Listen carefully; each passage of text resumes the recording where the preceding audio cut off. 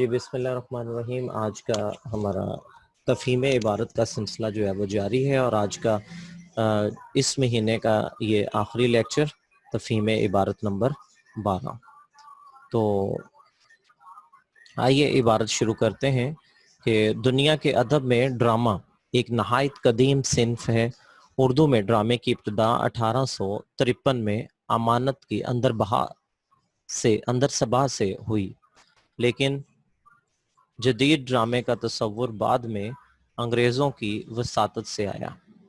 اردو ڈرامے کے پیش رو کی حیثیت سے رہس کا ذکر ضروری ہے. اس دور میں ڈرامے پر شاعری، رقص و سرور اور موسیقی کا غلبہ تھا. 19ویں صدی کے آخر تک یہی سلسلہ رہا. بعد میں آغا حشر نے کچھ انگریزی ڈراموں کے ترجمے اور کچھ طبع زاد ڈراموں سے اس میں زندگی کا خون دوڑانے کی کوشش کی. 20ویں صدی کے پہلے ربع میں مقفے مکالموں کو زور دیا گیا، بلکہ عبدالحلیم شرر نے انگریزی کے ڈراموں میں نظم مارا کی صورت میں چند ڈرامائی نمونے بھی پیش کیے. دوسرے ربع میں کے ڈرامہ نگاروں کے ہاتھوں ڈرامہ زندگی اور عوام سے قریب تر ہوتا گیا. اس زمانے میں سید امتیاز علی تاج نے اپنا معروف ڈرامہ انارکلی لکھا. ان کے ہم عصر ڈرامہ نگاروں میں عابد اور مرزا ادیب بالخصوص قابل ذکر ہیں. تو آپ نے دیکھا کہ اس جو ہے وہ عبارت کے اندر اردو ڈرامے سے ریلیٹڈ جو ہے وہ بات کی گئی. تو مختصراً سوالات کی طرف جو ہے وہ بڑھتے ہیں، جو کہ بورڈ کے اندر بھی جو ہے وہ پوچھے جا سکتے ہیں. بڑے چھوٹے چھوٹے آسان سوال ہیں کہ اردو ڈرامے کی ابتدا کب ہوئی؟ جناب پہلی لائن میں اس کا جواب موجود تھا. اردو ڈرامے میں کی ابتدا 1853 میں امانت کے اندر صبا سے ہوئی، یعنی کہ ان کے ڈرامے کا نام جو ہے بتایا گیا ہے 1853 میں. اردو ڈرامے کا ذکر کرتے وقت رہس کا ذکر کیوں ضروری ہے؟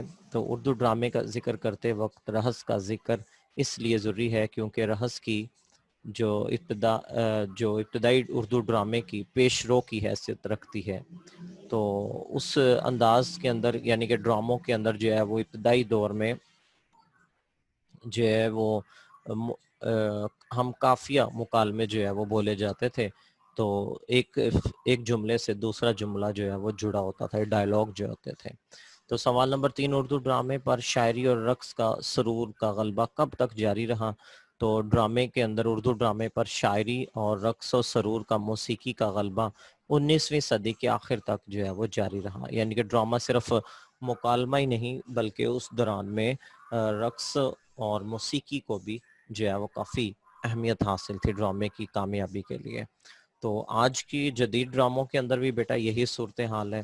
اگر ڈرامے کا OST خوبصورت ہو اور جناب آپ پورا ڈرامہ ہی جو ہے وہ دیکھ جاتے ہیں، اٹریکشن اسی میں ہی ہے. تو اردو ڈرامے میں آغا حشر نے کیا کردار ادا کیا؟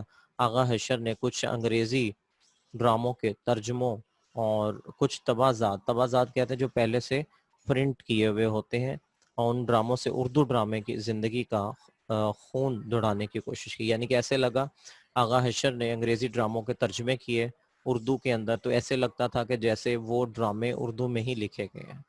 تو اس عبارت کا عنوان تحریر کریں. اس عبارت کا عنوان جو ہے وہ اردو ڈرامے کی ابتدا و ارتقاء ہے. ٹھیک ہے جی. تو انورٹڈ کوما میں آپ دیکھ رہے ہوں گے کہ جناب 5 سوال تو پورے ہو گئے، یہ 6واں 7واں کہاں سے آ گیا؟ تو جناب بورڈ والے کے پیپر کے اندر جو ہے جب سوال بنائے جاتے ہیں تو میں اس کو فوراً جو ہے اپنے سٹارز اردو نوٹس کے اندر جو ہے وہ ایڈ کر دیتا ہوں تاکہ بچوں کے لیے آسانی ہو، اور کچھ خود سے بھی جو ہے وہ بنائے جاتے ہیں اور انہی میں سے پھر آ بھی جاتے ہیں. مقفے مکالمے سے کیا مراد ہے؟